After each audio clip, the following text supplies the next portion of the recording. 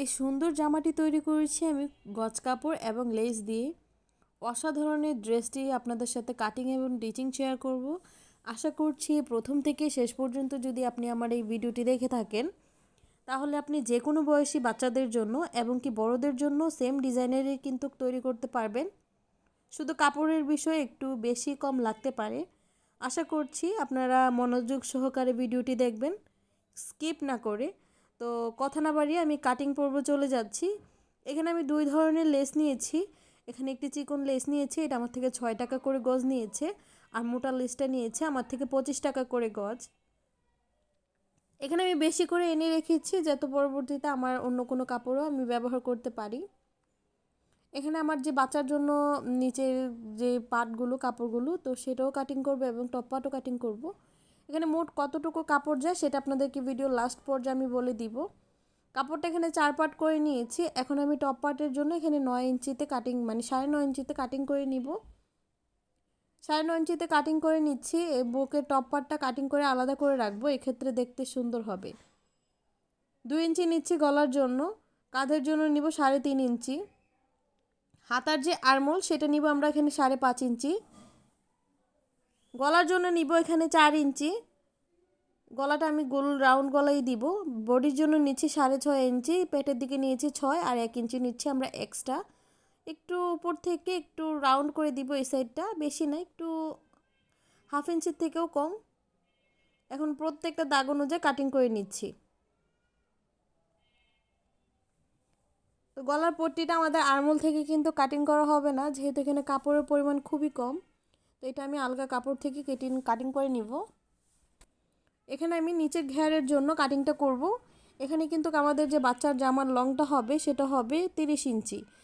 তো এখানে আমি 22 ইঞ্চি দিব, যেহেতু আমাদের 2 ইঞ্চি এক্সট্রা যায়। সামনে এবং পিছন পার্টটা আমি কাটিং করে নিব। এটা হচ্ছে সামনের পার্ট। এখন পিছন পার্টটাও আমি সেম ভাবে এটার মাপ দিয়েও কিন্তু কাটিং করে নিব। এখানে 2 পার্ট কাপড় আছে, মানে 2 পার্ট কাপড়। একটার উপর আরেকটা রেখে সমান করে ভাঁজ করে নিয়ে আমি এখন কাটিং করে নিব।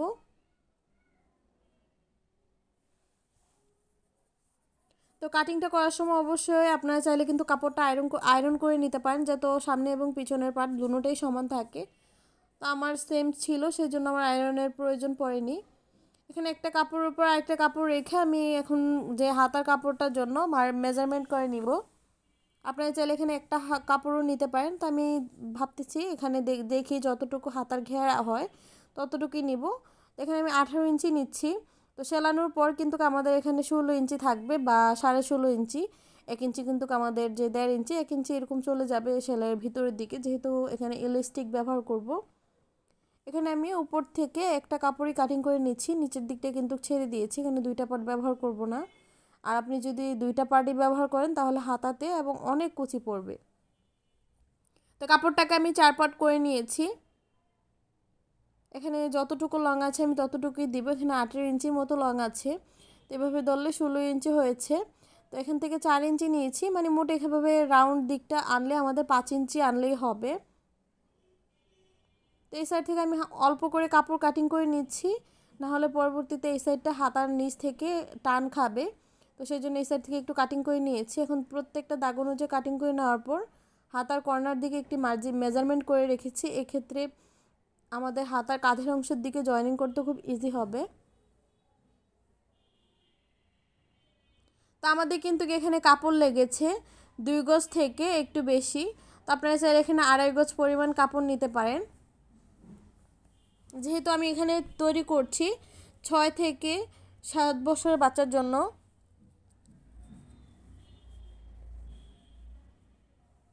এখানে প্রথমে আমি আমাদের মেশিনের সাহায্যে এখানে কুচিগুলো দিয়ে নিব।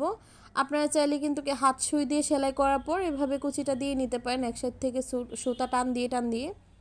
তো আপনাদেরকে যেহেতু একটা দেখাতে পাইনি, এখন আরেকটি সাইড আমি কিভাবে সেলাই করছি সেটা দেখিয়ে দিব আরেক ভিডিওতে।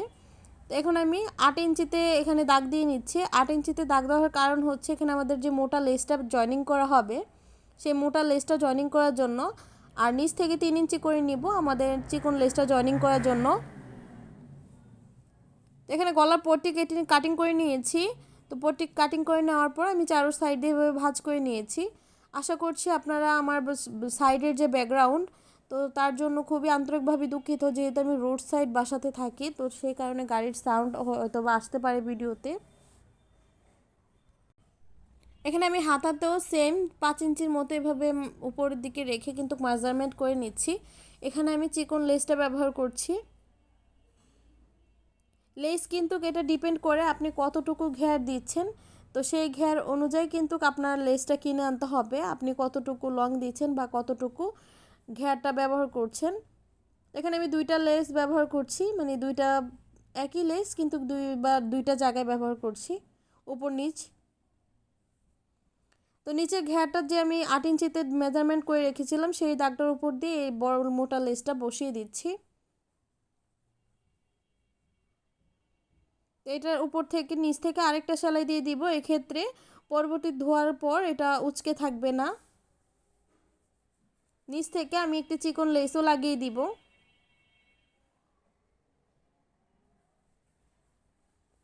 মোটা লেসটার প্রায় 4 ইঞ্চি গ্যাপে বা 5 ইঞ্চি গ্যাপে আমি এটা লাগিয়ে নিচ্ছি। চাইলে কিন্তু মোটা লেসটার উপর দিয়েও আরেকটি লাগানো যাবে, যেহেতু এর মোটা লেসটা এমনিতেই গর্জিয়াস, তো আরও হিজিবিজি না করতে এভাবে আমি চিকন লেসটা একটা ব্যবহার করেছি। তো সেমভাবে এখন মোটা লেসটা আমি গলাতেও লাগিয়ে নিব। তো গলাতে যেহেতু একটা ভাঙা একটি দাগ আছে, তো সেখান থেকে কিন্তু আমি দোনোটা সাইড আমি সেমভাবে জয়েনিং করে নিব। ভাঙার এক সাইড থেকে এই সাইড পর্যন্ত আমি এভাবে সেলাই করে আটকে নিয়েছি। অবশ্যই আপনারা চাইলে কিন্তু এখানে সবসময় লেস ব্যবহার করার সময় নিডেলের যে বড় সেলাই সেটা ব্যবহার করবেন। এই সাইড থেকেও এভাবে সেলাই করে নিয়েছি, এখন কাটিং করে নিচ্ছি। আরেক সাইড থেকে এভাবে চাপ সেলাই দিয়ে দিব। এখন সাইডের যে চিকন লেসগুলো, তো সেগুলো আমি সাইড থেকে বসিয়ে দিব। এই জায়গায় কিন্তু আপনারা অবশ্যই স্কেল দিয়ে আগে ভালো করে সমান করে দাগ দিয়ে নেবেন, আমারটা সমানই ছিল। কাঁধের মাঝ বরাবর থেকে আমি এভাবে জয়েনিং করে নিয়েছি।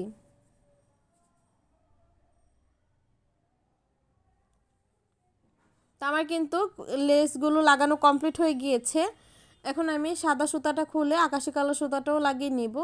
তো এখন গলার পট্টিগুলো লাগিয়ে নিব।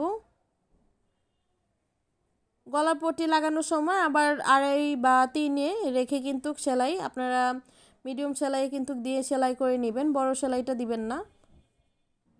শুধু লেস লাগানোর ক্ষেত্রে বড় যে 5 নাম্বার সেলাই সেটা দিয়ে নেবেন। এখন আমি সামনের দিক দিয়ে এভাবে চাপ সেলাই দিয়ে পট্টিটাকে সেলাই করে নিয়েছি। এখন চাপ সেলাই দিয়ে আটকে নিচ্ছি। সামনে এবং পিছনের গলা যেহেতু সেম, শুধু সামনের গলাতে আমরা লেস ব্যবহার করেছি, পিছন গলাতে কোনো ডিজাইন হবে না। তারপর কাঁধের অংশগুলোকে ভালোভাবে সেলাই করে আটকে নিচ্ছি। আশা করছি আপনারা বুঝতে পারছেন কাঁধের অংশগুলোকে আমি কিভাবে সেলাই করছি।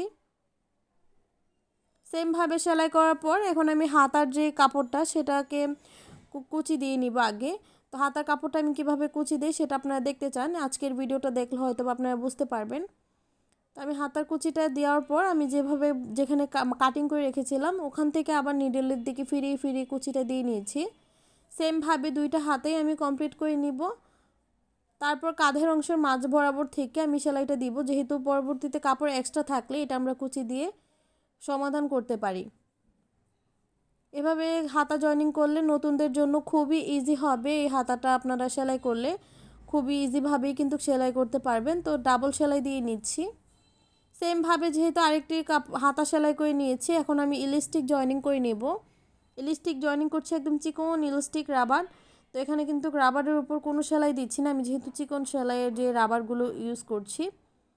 তো এখানে আমি সাইড থেকে এভাবে হাতাতে জয়েনিং করে নিয়েছি। এখন নিচের যে ঘের অংশটা সেলাই করে নিব। এখানে কিন্তু আমরা যেহেতু মেশিনের সাহায্যে কুচিটা দিয়েছি, এখানে সিকিউর করে প্রত্যেকটা জায়গাতে সমান সমান করে কুচিটা দিয়ে নিব। কুচিটা দেওয়ার সময় অবশ্যই জামাটাকে চাপ দিয়ে নেবেন, এক্ষেত্রে যেহেতু একটার উপর আরেকটা সেলাই না উঠে যায়। তো সেমভাবে এভাবে চাপ দিয়ে প্রেস করে আমরা সেলাইটা করে নিয়েছি।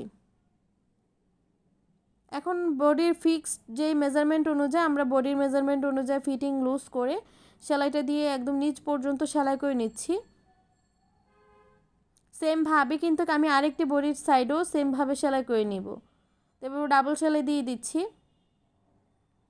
বডির সাইডগুলো সেলাই করার পর আমি এখন নিচের যে দামানের পোর্শনগুলো একদম চিকন করে সেলাই করে নিচ্ছি। দামানের পোর্শন চিকন করে সেলাই করার পর কিন্তু চিকন করে যে নিচের পোর্শনটা সেখান দিয়েও কিন্তু আমি আরেকটা সেলাই দিয়ে নিব।